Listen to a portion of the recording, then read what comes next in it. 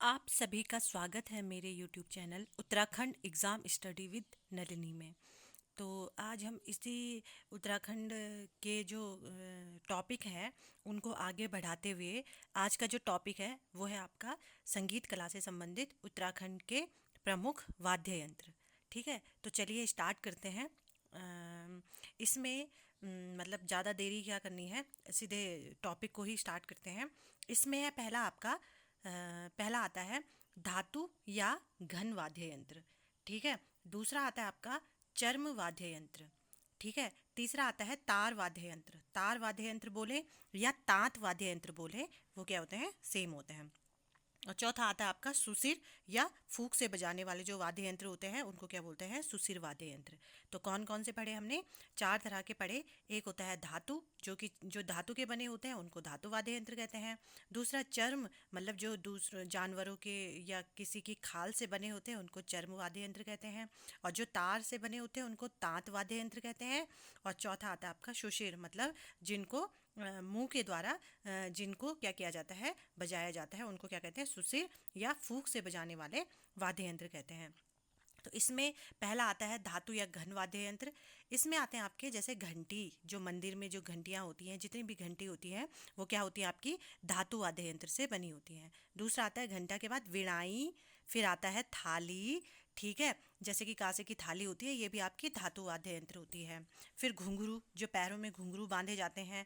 ठीक है, झांझ, करताल और चिमटा, ये सारे किस में आते हैं, आपके घन या धातु वाद्य यंत्र में आते हैं। खजड़ी हो गया, मंजीरा हो गया। ठीक है, तो घंटा, वीणाई, थाली, ठीक है, और मंजीरा, घुंघरू, झांझ, करताल, चिमटा और खजड़ी, ये क्या है, आपके सारे घन वाद्य यंत्र हैं। सेकंड आते हैं आपके चर्म वाद्य यंत्र। चर्म मतलब जो जानवरों की या खाल से बने हुए जो वाद्य यंत्र होते हैं उनको चर्म वाद्य यंत्र कहते हैं। जैसे कि ढोल हो गया आपका, नगाड़ा, तबला, डफली, हुड़की, साइया, डौर, दमौ और धातिमा, ये सारे आपके क्या हैं, चर्म वाद्य यंत्र होते हैं। ढोल, नगाड़ा, तबला, डफली, हुड़की, साइया, डौर, दमौ और धातिमा। ठीक है, फिर आते हैं आपके तार वाद्य यंत्र। तार वाद्य यंत्र को तांत वाद्य यंत्र भी कहा जाता है। इनमें आते हैं आपके सारंगी, एक तारा, दो तारा, वीणा।